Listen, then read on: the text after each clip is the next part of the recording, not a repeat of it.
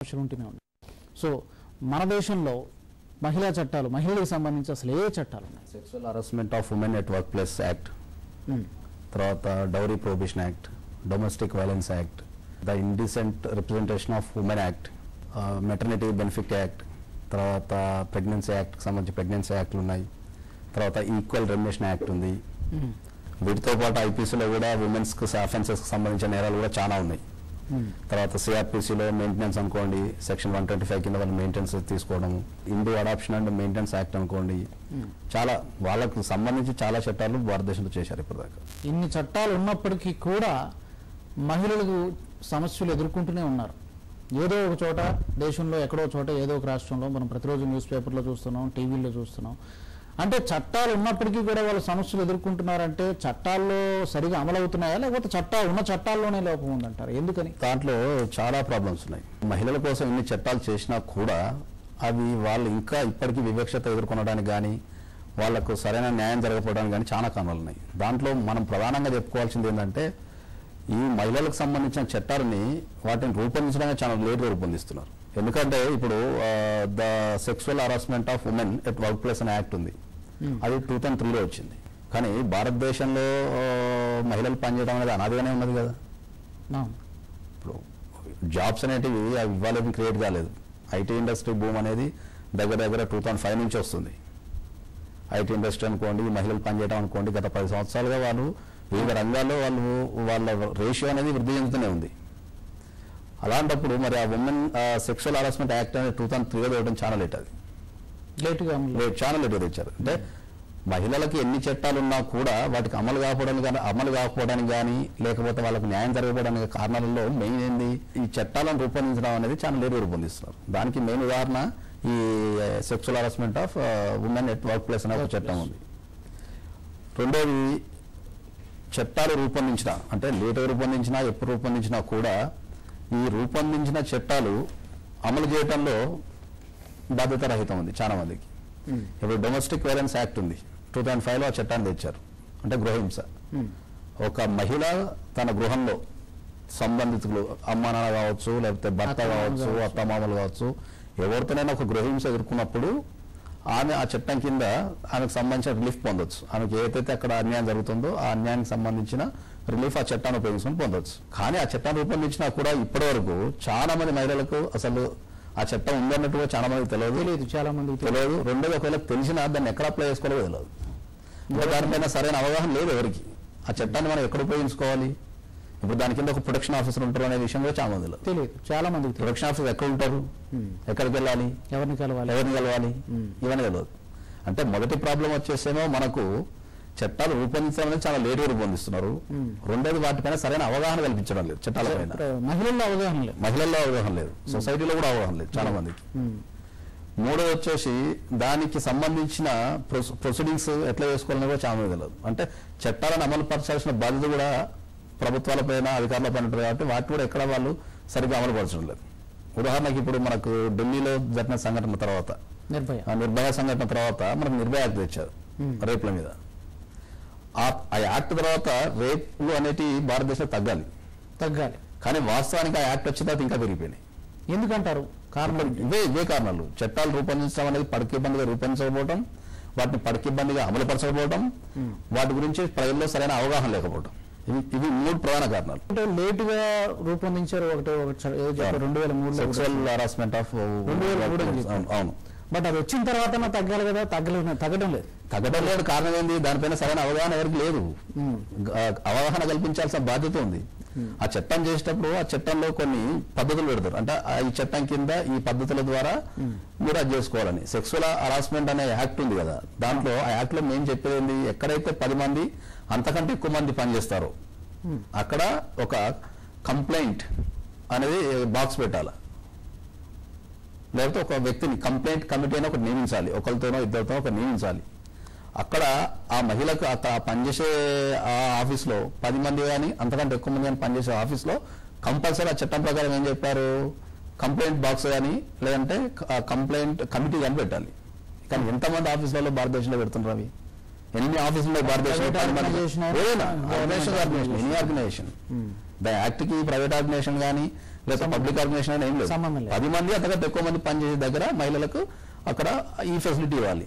భారతదేశంలో ఎన్ని ఆఫీసులు ఉన్నాయి, ఎన్ని ఆఫీసులలో ఈ కమిటీలు ఉన్నాయి? దాదాపు లేవనే చెప్పాలి. అలాగే మహిళలకు సంబంధించి చాలా సమస్యలు ఎదుర్కొంటున్నారు ఇవాళ. విద్యార్థుల దగ్గర నుంచి గృహిణుల వరకు చాలా సమస్యలు ఎదుర్కొంటున్నారు. ఆ ప్రధానంగా వాళ్ళు ఎదుర్కొంటున్న సమస్యలు ఏంటి, ఆ సమస్యలకి సంబంధించి చట్టాలు ఏమున్నాయి మన దగ్గర? ముఖ్యంగా చెప్పుకోవాల్సింది ఈ సెక్సువల్ హరాస్మెంట్ ఒకటి, ఎందుకంటే లింగ వివక్షత అనేది, అంటే ఈ సెక్సువల్ హరాస్మెంట్. రెండోది వచ్చేసి డొమెస్టిక్ వైలెన్స్, గృహహింస. మూడోది మ్యారేజ్ రిలేటెడ్ ఇష్యూస్ ఉంటాయి కదా, మ్యారేజ్కి సంబంధించిన రిలేటెడ్ ఇష్యూస్, దానికి సంబంధించిన అఫెన్సెస్ అనేది చాలా మెయిన్ ఇంపార్టెంట్. నాలుగోది వచ్చేసి ప్రెగ్నెన్సీకి సంబంధించిన ఇష్యూస్ అనేవి ఇవి 4 చాలా బర్నింగ్ ఇష్యూస్. మహిళలకు మహిళల సమస్యల గురించి కనుక మనం ప్రధానంగా మాట్లాడదలుచుకుంటే ఈ 4 చాలా బర్నింగ్ ఇష్యూస్. ఈవ్టీజింగ్ సమస్య కూడా ఈవ్టీజింగ్ సమస్య ఉంది. ఇప్పుడు ఈవ్టీజింగ్ సమస్య అన్నారు కాబట్టి నేను ఒకటి చెప్పదలుచుకున్నా. ఇప్పుడు హైదరాబాద్ లాంటి నగరాలలో షీ టీమ్స్ అని పెట్టారు. ఎక్కడైతే ఈవ్టీజింగ్ చేస్తున్నారో వాళ్ళ కోసం ప్రత్యేక బృందాలు పెట్టారు, మహిళా బృందాలు పెట్టారు. వాళ్ళని ఈవ్టీజింగ్ చేసేటప్పుడు వాళ్ళకి సంబంధించిన అదుపులోకి తీసుకోవడము, వాళ్ళకి కౌన్సిలింగ్ ఇవ్వడము, వాళ్ళకి సంబంధించిన చట్టాలు అవన్నీ వాటి ప్రకారం చేస్తున్నారు కదా. పోలీస్ ప్రవేశపెట్టిన షీ టీమ్స్ అనే మహిళలు ప్రవేశపెట్టిన షీ టీమ్స్ లో ఇవాళ ఈనాడు పేపర్లో ఇచ్చారు, పోలీసు వాళ్ళకే తెలియదంట 40% షీ టీమ్స్ అనేవి ఉన్నాయని చెప్పేసి. డిపార్ట్మెంట్ ఉన్న వాళ్ళకే తెలియదంట. ఇవాళ ఈనాడు పేపర్లో చాలా స్పష్టంగా ఇచ్చారు. వాళ్ళ డిపార్ట్మెంట్ లో వాళ్ళు చేపట్టిన చర్యల గురించి వాళ్ళ ఉన్నతాధికారులకు తెలియదంట. అంటే అంతర్గత సర్వే చేసినప్పుడు షీ టీమ్స్ అంటే ఏంది, అవేంటి అని వాళ్ళు అంతర్గత సర్వేలో వాళ్ళ అభిప్రాయాలు వెళ్ళబోస్తున్నారు. షీ టీమ్ గురించి చెప్పారు. షీ టీమ్ అనేది ఏదైనా ఒక సమస్య వాళ్ళకి చెప్పినప్పుడు వాళ్ళు ఈ టీజింగ్ సంబంధించిన మహిళలకు బస్ స్టాపులలో లేకపోతే కార్యాలయాల్లో ఎక్కడైనా పబ్లిక్ ప్లేస్లలో మహిళలు ఇబ్బందులు ఎదుర్కొన్నప్పుడు ఎదుటి వ్యక్తి వల్ల వాళ్ళని గుర్తించి వాళ్ళని అదుపులోకి తీసుకోవడం అనేది ఈ టీజింగ్ వాళ్ళు చేసే పని. డిపార్ట్మెంట్ లోని అవగాహన సామాన్య కూడా చాలా తక్కువగానే ఉంది. నాగేశ్వర్ గారు, మనం ఈ భారతదేశంలో మహిళలకు సంబంధించి చట్టాలు ఏమేమి ఉన్నాయనే దాని గురించి మనం మరింత విషయాలు తెలుసుకుందాం మీ దగ్గర నుంచి. అందుకంటే ముందు లా అండ్ లైఫ్ కార్యక్రమంలో ఇప్పుడు ఒక షార్ట్ బ్రేక్ తీసుకుందాం.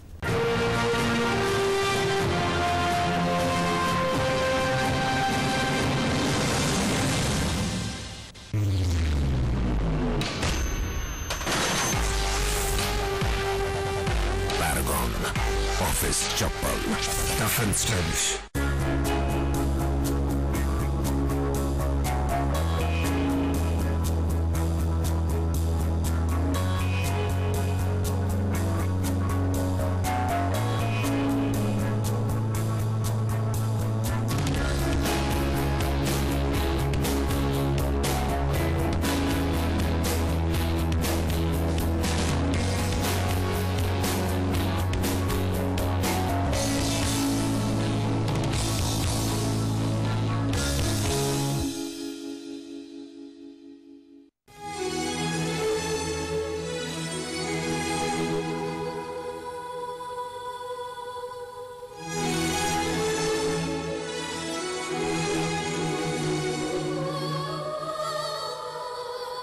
తనుతానై మురిపించేది మగువా,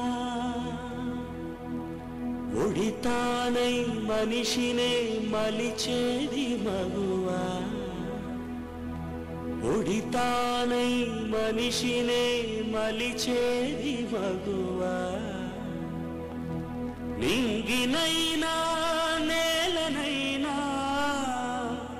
అమూల్యమైనది మగువా, ఎనలేని నిధి మగువా.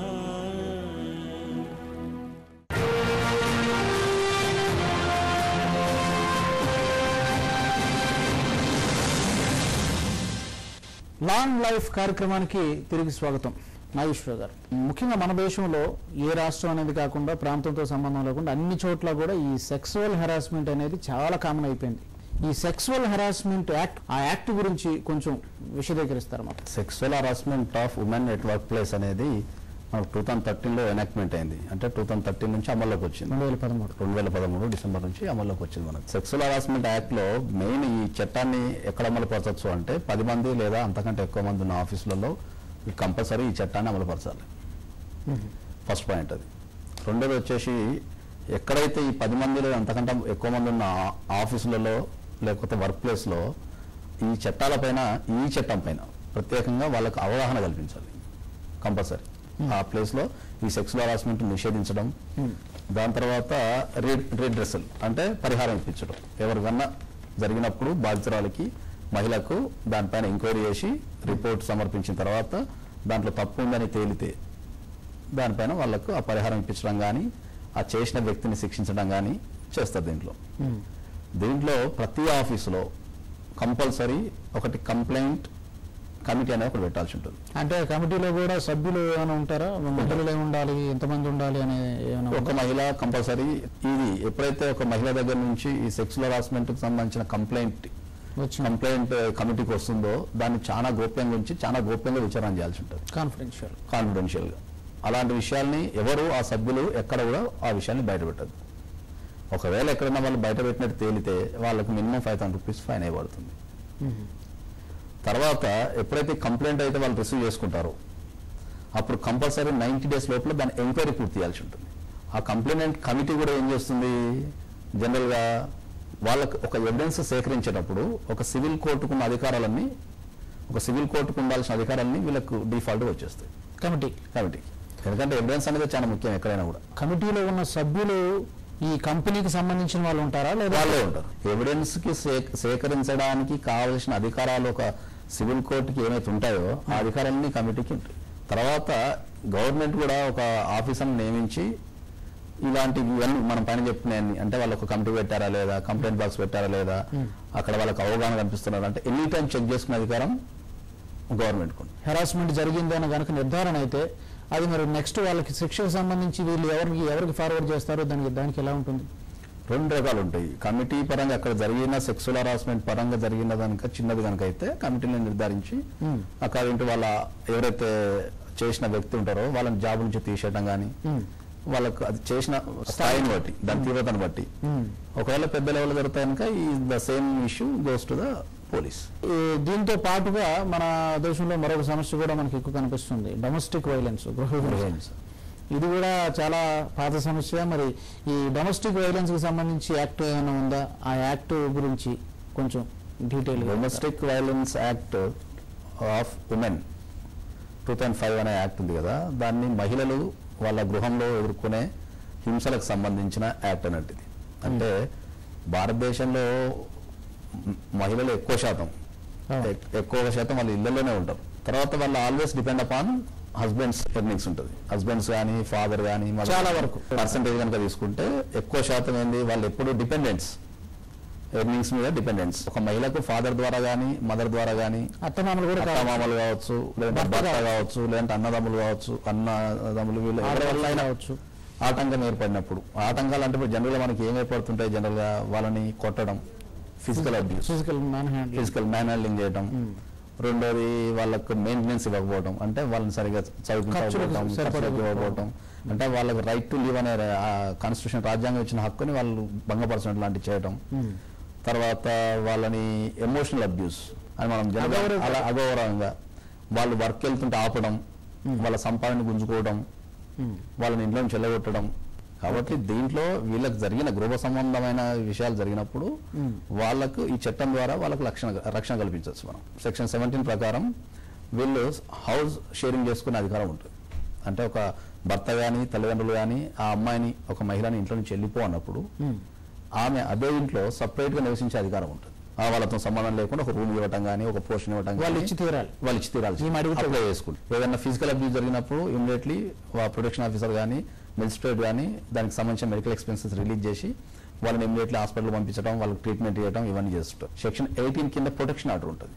ప్రొటెక్షన్ ఆర్డర్ అంటే ఏంది, ఆమె పనిచేసే ప్లేస్ కానీ, ఆమె ఉన్న దగ్గరికి కానీ, ఆమెను కాంటాక్ట్ చేయడానికి కానీ వెళ్లకుండా ప్రొటెక్షన్. ఇప్పుడు ఒక మహిళ పనిచేస్తుంది అనుకుందాం, ఆఫీస్కి వెళ్ళి గొడవ చేస్తుంటాం, అలాంటి సందర్భాల్లో ఆమె అగౌరవపడుతుంది కదా, దానికోసం అట్లా ప్రొటెక్షన్ అంటే వీళ్ళు దాడి చేయకుండా, ఇబ్బంది పెట్టకుండా, కాంటాక్ట్ చేయకుండా ఆమెకు స్వతంత్రంగా నివసించే హక్కుని ఇవ్వడానికి ఇది మనం డొమెస్టిక్ వైలెన్స్ సెక్షన్ 18 కింద మనం అప్లై చేసుకోవచ్చు. సెక్షన్ 20 కింద మానిటరీ రిలీఫ్స్ ఉంటాయి. అంటే కొంత డబ్బుకు సంబంధించిన మెడికల్ ఎక్స్పెన్సెస్ కావచ్చు, నిత్య జీవితానికి ఉపయోగపడాల్సినవి కావచ్చు. అది ఏ సందర్భంలో ఇస్తారు? అదే ఇప్పుడు మెయింటెనెన్స్ ఇవ్వాల్సి ఉంటుంది. ఇప్పుడు భార్య ఉంది, వర్క్ చేయటం లేదు, లేకపోతే భార్య డిపెండ్ అపాన్ భర్త, భర్త ఎలా కొట్టిండు అనుకోండి, దానికి సంబంధించిన మెయింటెనెన్స్ అయితే ఇవ్వాలి కదా. కలిసి ఉన్నా బయట ఉన్నా ఎక్కడున్నా ఎక్కడున్నా ఇవ్వాల్సిందే. ఒక్కసారి మ్యారేజ్ అయిన తర్వాత భర్త కంపల్సరీ మెయింటెనెన్స్ ఇవ్వాల్సిందే భార్యకు. సెక్షన్ 19 వచ్చేసి మనకు రెసిడెన్స్ ఆర్డర్ అడగచ్చు.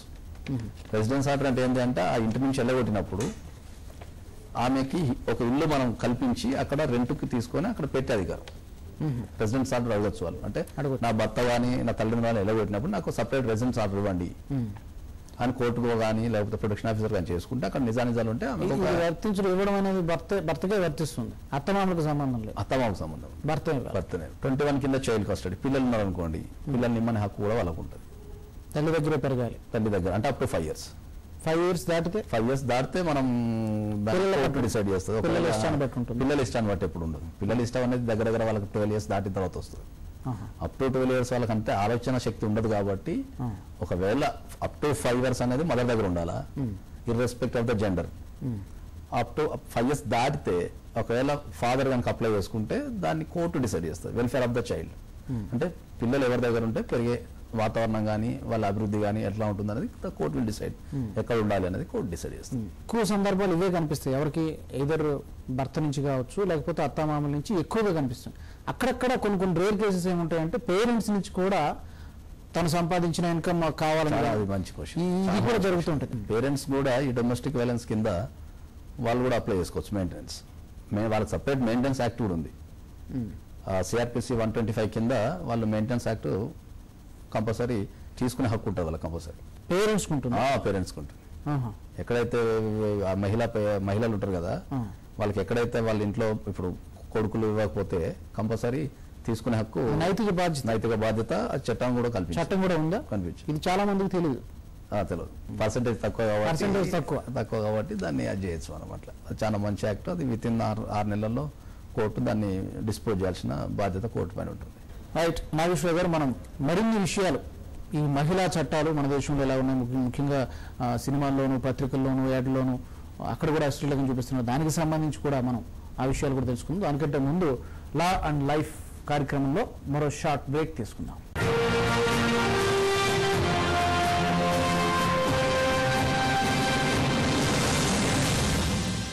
ఈ రోజుల్లో మనకు కావాల్సింది అందుబాటు ధరలో ఉండే స్వంత ఇంటి కల నిజమవడం. 40 అడుగుల విశాలమైన రోడ్లు, అన్ని ప్రభుత్వ అనుమతులు పొంది న్యాయపరంగా చట్టపరంగా ఎటువంటి చిక్కులు లేని సెక్యూరిటీ ఉన్న ఇంటి స్థలం. 10 సంవత్సరాల నిర్వహణ గ్యారంటీ ఇస్తున్న ఏకైక సంస్థ Kapil homes.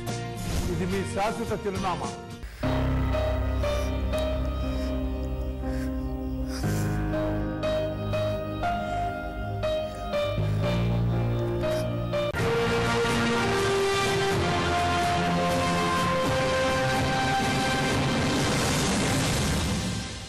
Law and life కార్యక్రమానికి తిరిగి స్వాగతం.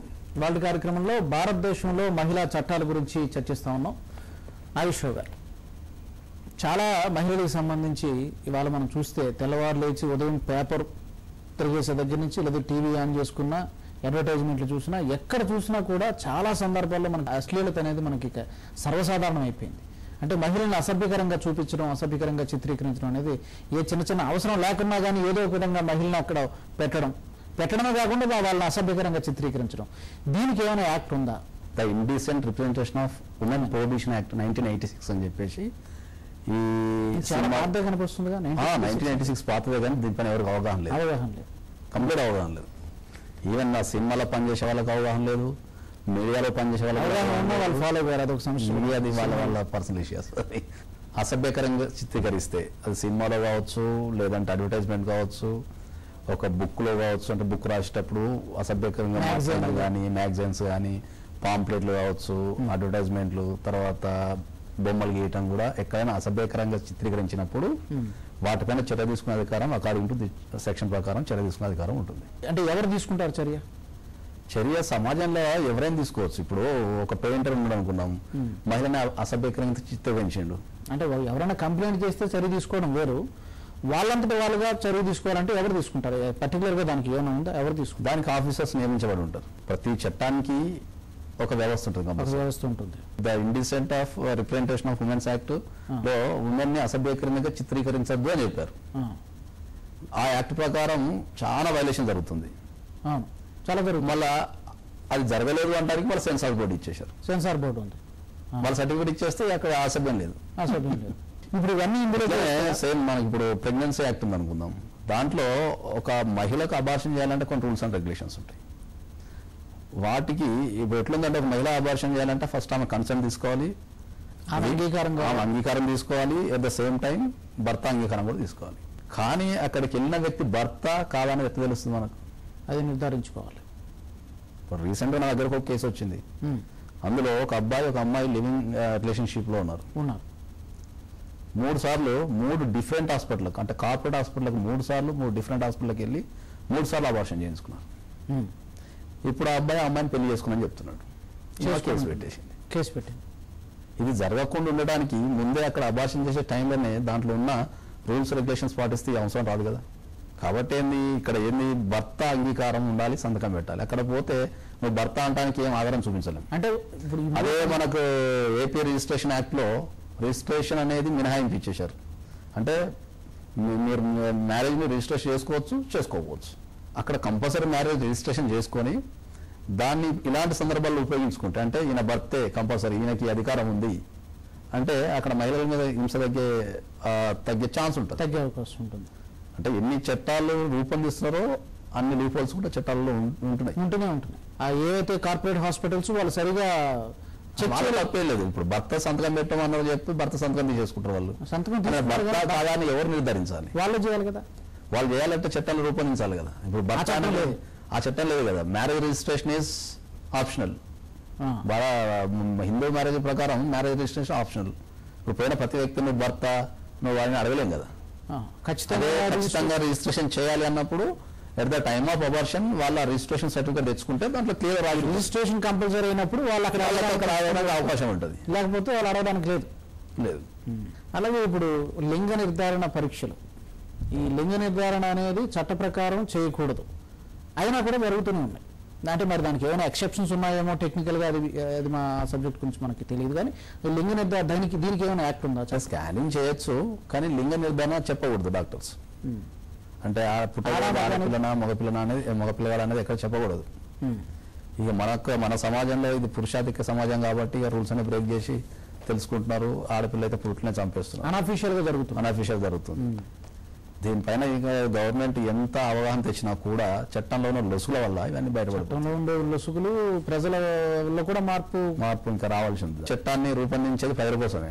మార్పు అనేది ప్రజల దగ్గర నుంచి వచ్చినప్పుడే గవర్నమెంట్ మళ్ళీ ఆలోచించుకుని రీథింకింగ్ చేసేది ఉంటుంది కాబట్టి అది మన దగ్గరనే ఉండాలి. భర్త విడాకులు ఇవ్వాలనుకునేటువంటి సందర్భం వచ్చినప్పుడు అతని ఆస్తిలో సగం వాటా భార్యకి ఇచ్చేసేయాలనేటువంటి కొత్త యాక్ట్ కూడా వచ్చినట్టు తెలుస్తుంది. దాని గురించి కొంచెం చెప్తారు. అంటే ఆ యాక్ట్ రాలేదు, క్యాబినెట్ ఆమోదం పొందింది అంతే. క్యాబినెట్ ఆమోదం పొంది అది పార్లమెంటరీ కమిటీ దగ్గర రివ్యూకి ఉంది. ఆ యాక్ట్లో ఎప్పుడైతే ఇప్పుడు విడాకులు తీసుకునే సమయంలో అలిమోని ఇవ్వాలి. అలిమోని అంటే భరణం, ఎంతో కొంత. ఎందుకు ఇవ్వాలి అది అంటే మన దేశ స్థితిగతుల ప్రకారం women always dependent on husband. అంటే వాళ్ళు సపరేట్గా ఎర్నింగ్ చేయరు. ఒక 5 years మ్యారేజ్ అయిన ఒక 5 years తర్వాతనో 10 years తర్వాతనో ఒక 15 years తర్వాత, ఇప్పుడు సపోజ్ ఒక 25 years ఒక మహిళకు మ్యారేజ్ అయింది అనుకుందాం. ఆ అమ్మాయికి ఒక 10 years తర్వాత అంటే 35 years తర్వాత భర్త విడాకులు ఇచ్చేసింది అనుకుందాం. ఇప్పుడు ఆ అమ్మాయి ఎట్లా బతుకుతుంది? అప్పటికి ఏజ్ అయిపోతుంటుంది, ఎర్నింగ్ శక్తి అది అయిపోతుంది, ఆ తర్వాత ఆరోగ్యపరమైన సమస్యలు వస్తుంటాయి. వీటన్నిటి తట్టుకుని ఎట్లా నిలబడుతుంది? నిలబడలేదు కదా. నిలబడలేదు కాబట్టి వీళ్ళకు రక్షణ కల్పించడానికి ఆ చట్టాన్ని తేవడానికి ప్రయత్నం చేస్తున్నారు. చాలా మంది అనుకునేది ఏంది, ఆ చట్టం వల్ల మాసులు ఎక్కడ వెళ్ళిపోతాయో అది రావటం వల్ల పెళ్లి చేసుకోవద్దు ఇట్లాంటి అపోహలు ఉన్నాయి. కానీ అవి ఏం నిజం కాదు. అది మంచి చట్టం కూడా. ఎందుకంటే ఇప్పుడు ఒక 20 సంవత్సరాలు కాపురం చేసిన తర్వాత నువ్వు వెళ్ళిపోమంటే అది ఎక్కడికి వెళ్తుంది? ఆ టైంలో ఆ వయసులో వెళ్ళిపోదు కాబట్టి. అంటే ఇప్పుడు ఆమె చేసే సేవలు ఏదైతే ఆమె ఇంట్లో పిల్లల్ని సాగటం కావచ్చు, తర్వాత భర్తకు సేవలు చేయడం కావచ్చు, అవన్నీ కూడా అవి సేవల కిందకే వస్తాయి. వెలగట్టలేని సేవల కింద.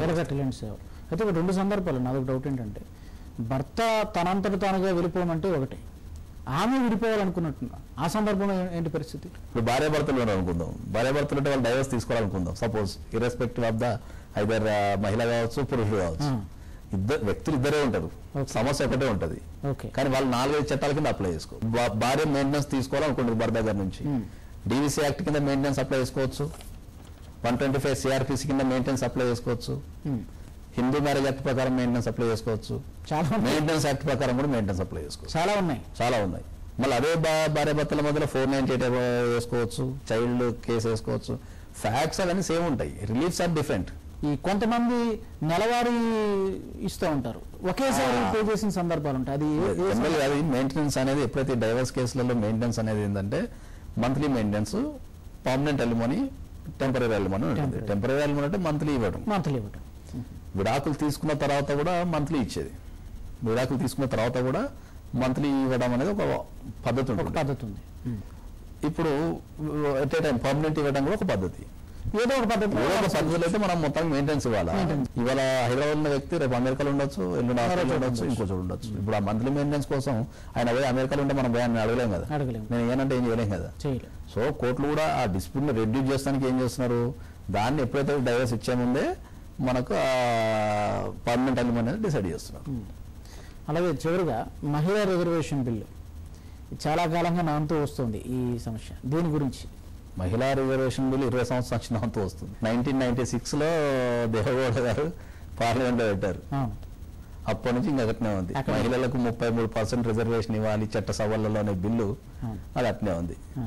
ఫైనల్ గా మనం చెప్పదలుచుకున్నది ఏమంటే, మనం ఎన్ని చట్టాలు చేసినా, ఎన్ని అమలు చేసినా, ఏది చేసినా కూడా ప్రజల దగ్గర నుంచి అవగాహన రావాలి.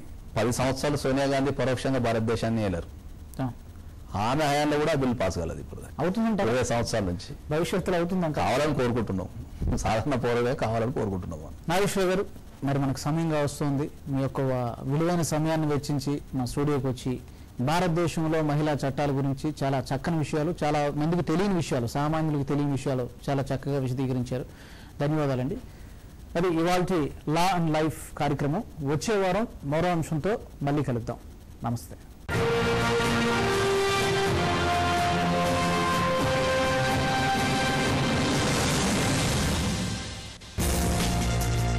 ట్రేడింగ్ లో మీరు రాణించలేకపోతున్నారా?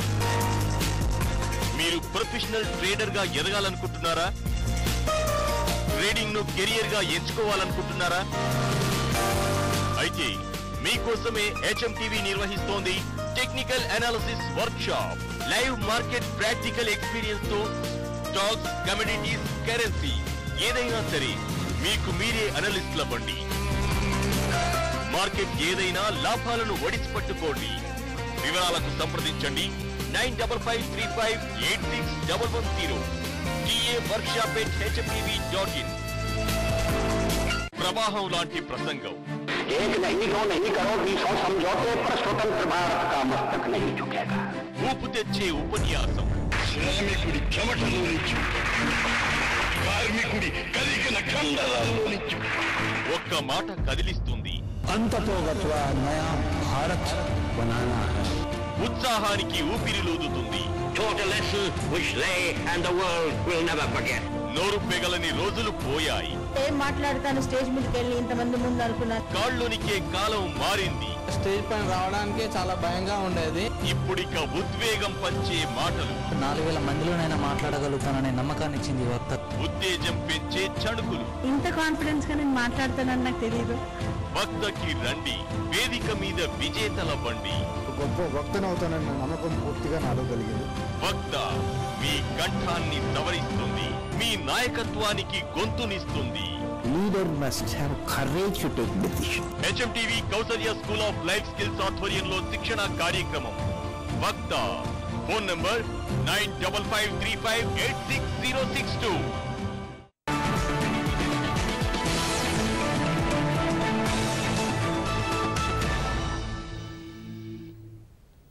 Very good afternoon. Welcome to news time. నేను ప్రియదర్శిని. అప్డేట్ చూస్తే Telangana PCC chief Uttam Kumar Reddy, working president Bhatti విక్రమార్కులు ఇవాళ గాంధీ భవన్ లో బాధ్యతలు స్వీకరించనున్నారు.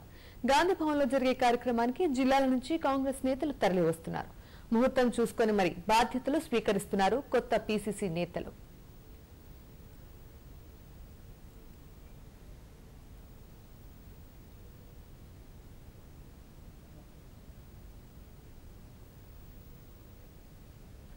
ఏపీ సీఎం చంద్రబాబు నాయుడు నెల్లూరు చేరుకున్నారు. రేణుగుంట నుంచి ప్రత్యేక హెలికాప్టర్లో బయలుదేరిన ఆయన నెల్లూరు పోలీస్ పెరేడ్ గ్రౌండ్ కు చేరుకున్నారు. నెల్లూరు జిల్లా కలెక్టర్, SP, రాష్ట్ర మంత్రులు, టీడీపీ నాయకులు చంద్రబాబుకు స్వాగతం పలికారు. కనుపర్తిపాడు హై స్కూల్ గ్రౌండ్స్ లో జరిగే అంతర్జాతీయ మహిళా దినోత్సవం సభలో పాల్గొంటారు బాబు.